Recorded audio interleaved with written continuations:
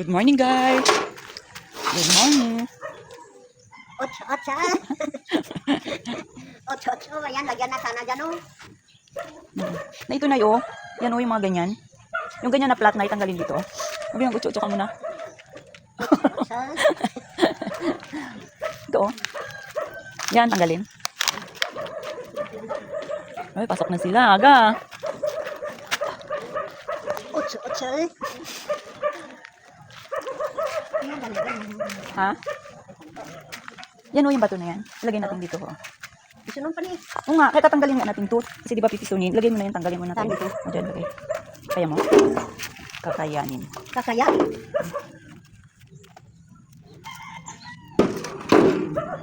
Tapos na dito, lagyan natin ng bato na gano'n yung flat. Flat lang siya. Hindi ba nila lang, oh? Ha? Hindi na nila. Ganyan. Ganyan na sana, oh. Yan. Oo. Na, hindi naman na makakano naman yan, eh. Ha? Makuha naman yan, eh. Ito, oh. Kung yung lagyan lang nila dito, oh. Para kung magbuhos. Hindi magpunta dito. Dapat maano. Kaya nga. Dapat ganito, oh. Oh. Para kung mag-ano, hindi mababa. Ganyan, sana. Marami diyang, ano eh. Ayaw kasi maniwala sa akin eh. Baka kaya. Dito na. Baba. Hindi, gawin na natin ngayon para mabuhusan yan. Pakat natin yung ano, bakal. Or ipagano na lang natin kung di makat. Oh, Ay, na. hindi natin kaya yan. Hindi, pakat lang natin. Ipakat lang. Oh.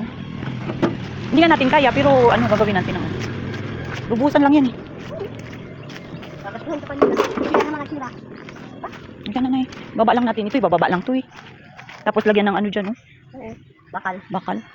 Dumating na rin pala yung mga magtatrabaho at ito, si kuya, agaw pansin sa akin, tingnan nyo kung anong ginagawa. Pinipinturahan yung kanyang bota ng kulay black para siguro magmukhang bago pa siya. Abay talagang doon ako natuwa sa kanya. Ito nga pala, naisip namin, yung mga bakal na nakaharang dito, I mean, yung mga nakaabang na bakal, is ginawa na rin namin para hindi na kami mag-uuto sa mga nagko-construction dito.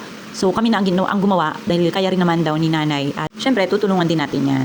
At yan na nga guys, tingnan nyo. Sa pagsusukat-sukat namin dyan, dumating pala ito si kuya na naawa sa amin siguro. Wala naman pa silang gagawin dahil kararating lang. Tinulungan pala kami magtali nito. May mga alambre na rin dyan na pantali na kinata ni Kuya Ronnie nung umalis siya guys, nung nakaraang Sunday dito.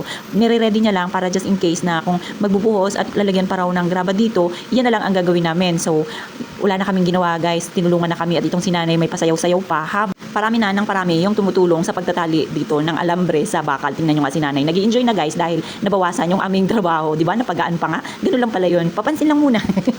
Hindi guys, nasaktuhan lang talaga na wala pa silang ginagawa. At thankful na rin tayo guys na kahit papaano ay talaga namang may naawa sa atin. Habang yung iba nilang mga kasama ay nagre-ready na rin para umpisahan yung kanilang trabaho. Siguro ngayong morning sila magbubuhos. So, abangan nyo na lang muna guys yung aming mga susunod na video. At ayan yung mga tao rito ay busy sa ginawa ng Diyos talaga araw-araw. Tingnan nyo nga nagpapakabisi sila. So paano ba yan mamaya ulit?